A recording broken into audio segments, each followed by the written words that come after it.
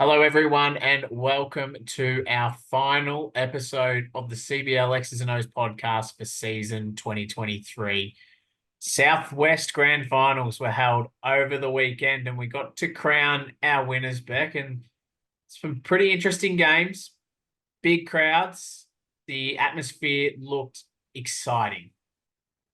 Yeah, it definitely was exciting to be there. And the women's game had a packed stadium crowd, and a few of them did head off after the women's game, and then more people come in for the men's game. But yeah, it was pretty exciting to see, 500 people in the nest. And yeah, I'm pretty sure that it would be some of the biggest crowds that these teams have played up in front of probably for the season.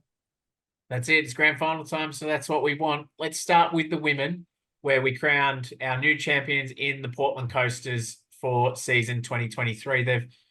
You look at the end of quarter scores, and they led every quarter and pretty much set it up from the start with a 13-6 lead at quarter time. Yeah, look, and it probably doesn't really indicate how the game panned out for that, because it was actually 12-0. So Portland were up 12-0, and then Mount Gambier were able to get their feet and just, find their shooting a little bit after probably about 3/4 through the first quarter, and managed to get themselves on the board and back into the game a little bit more. But look, I think most people watching the game would probably agree that, Mount Gambier didn't do anything necessarily wrong. Portland were just a better team. There was lots of depth from the Portland team. They had the full seven on the bench. Coach Rebel rotated early. He got a lot of people in and out. So, they literally had a lot of legs. Tennille Human probably didn't impact the score as much as what she had the game before, with 28, only managing to put 10 on. Mount Gambier had as much of the play. They just weren't able to finish as well, I kind of thought. And if that was maybe, just that really up and in and quite intense defense that Portland have had all season. And obviously Strom, previous defensive player of the year, and I've talked about her all year. She's, 6'4", massively tall arm span. So, if you're driving into the ring and having her swatting you out of there, then it's a little bit harder to be able to get your shots in. For sure. And you talk about the depth there. Like, I'm just looking through the player stats for Portland, and 11 of their 12 players have actually put the ball in the hoop during the game. So it shows that they had a significant amount of depth during this game. Yeah, look, and Tylee Barr, she was amazing. She ended up with 4 threes, top scorer, 21 points. She got the game MVP. She's also been outstanding all year. She's also an All-Star 5. She's had a really amazing season. Quite young, so she's got a lot bright future ahead of her. So she just took the ball and just went with it, and Mount Gambier found it really hard to stop her. I thought Millie Jennings was really good too early. Like all the people that they've had throughout their season, but they just had more depth. When they made subs, there was really no change in their game, and if not, they continued to even step up. And I think in the end, that's probably what hurt Mount Gambier, was they just didn't have as much depth with only 8 players. That's it. So congratulations to our Portland Coasters women being crowned our 2023 Southwest champions. Now, let's have a look at the men's game, which looked to be a cracker of a game. Looking at the end of quarter scores, it was 1 point at quarter time, and then Horsham were able to open the gap to about 8 points. But Mount Gambier didn't say die and come back at 3/4 time, and it was all tied up going into the last, which would have been spectacular to be a part of. Oh, look, this was a ripping game. Obviously, it was maximizing crowd. We had, the big kind of Bay 13 in the corner, which is our group of boys that have basically followed our team around all season, and were quite loud and vocal early. So poor Mount Gambier, considering they had to face them in the second half down that end, my goodness, they did well. Whatever was said to them at halftime, I'd like to know. I think that from a coaching perspective, it would be really interesting to hear what the halftime chat said to them, because after halftime, they come out and they're a completely different team. They stepped it up and they literally just went into that next level. It was such a great game to watch, though, and one of the best games that I've seen, just in regards to the physicality, but the skills, the pressure, the game changes, the lead changes. It was really exciting right down to the last minute. So I'm pretty pretty sure everyone else that was there would probably think the same thing. It was a really, really great game to watch. You talk about that halftime, what the coach maybe addressed them. They'd shot 33 points, I think, for the first half, roughly. And then in the third quarter, they shot 30 alone. So they obviously come out firing in that third quarter. And grand final MVP, Simon Berkethal, shooting 37. He must have had a cracker of a game, and the Hornets just couldn't control him.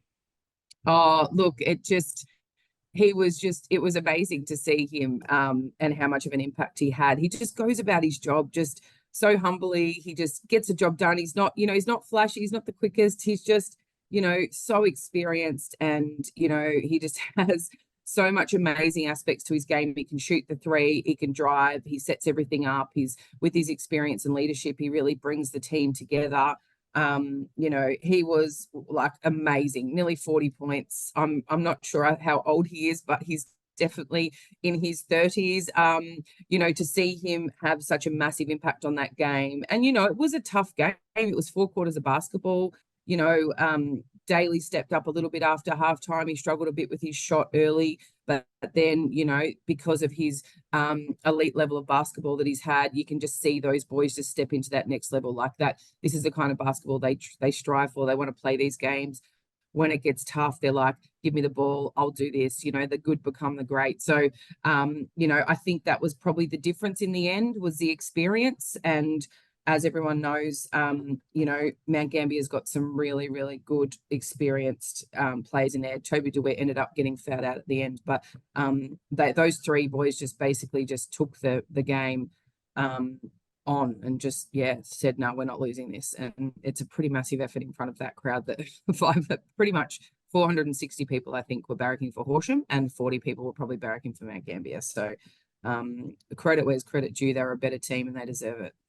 You mentioned them three players that you talked about, a bit of experience, but also leadership. I believe on the live stream, it was sort of noticed at one stage that, they were pulling together as a team, whereas Horsham were just not bickering, but they were getting to that stage where they needed to come together as a team to be able to fight back. And maybe that was a little bit of the difference in that last quarter, that leadership and experience from Mount Gambier.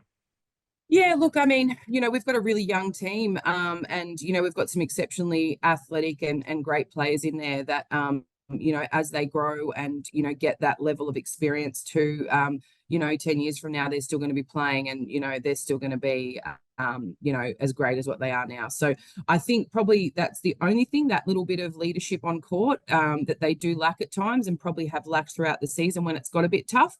I mean, Mitch Martin, their captain's only like 23 years old. So, he has been in the team for 10 years, it feels like. But, when you've got people that have been in these situations, years and years and years and years in advance, like your Dailies, your DeWitts and your Burkfields, like, they just grab everyone, they bring everyone with them. Look, I mean, Horsham didn't do anything wrong necessarily. They fought till the very end, like they do in true Hornet style.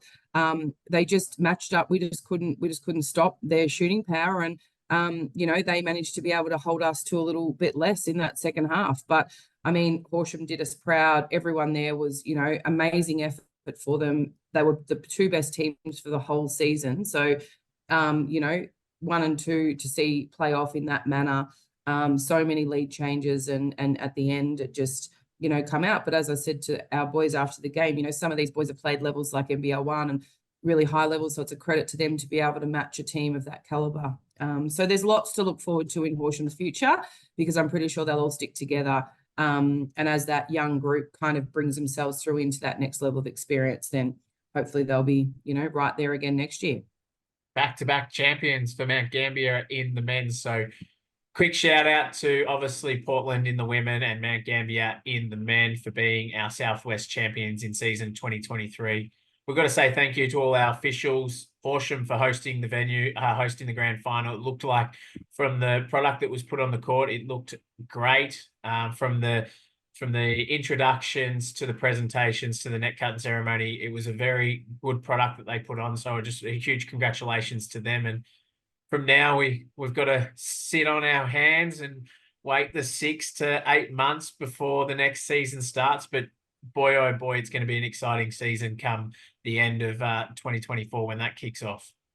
Yeah, and we just all have to stay together, as we've talked about. Like, The Southwest is important to all of us, and we want to keep building this so that, we can keep putting this really premier level of basketball on the field, so that then we keep our juniors, we keep them wanting to come back and play. And, we put out a product that people want to come and watch, and ultimately that's what it's about. So here's 6 to 8 months of getting that, on the ground to keep all those teams in, and helping some of those other teams build up, their women's teams and other things.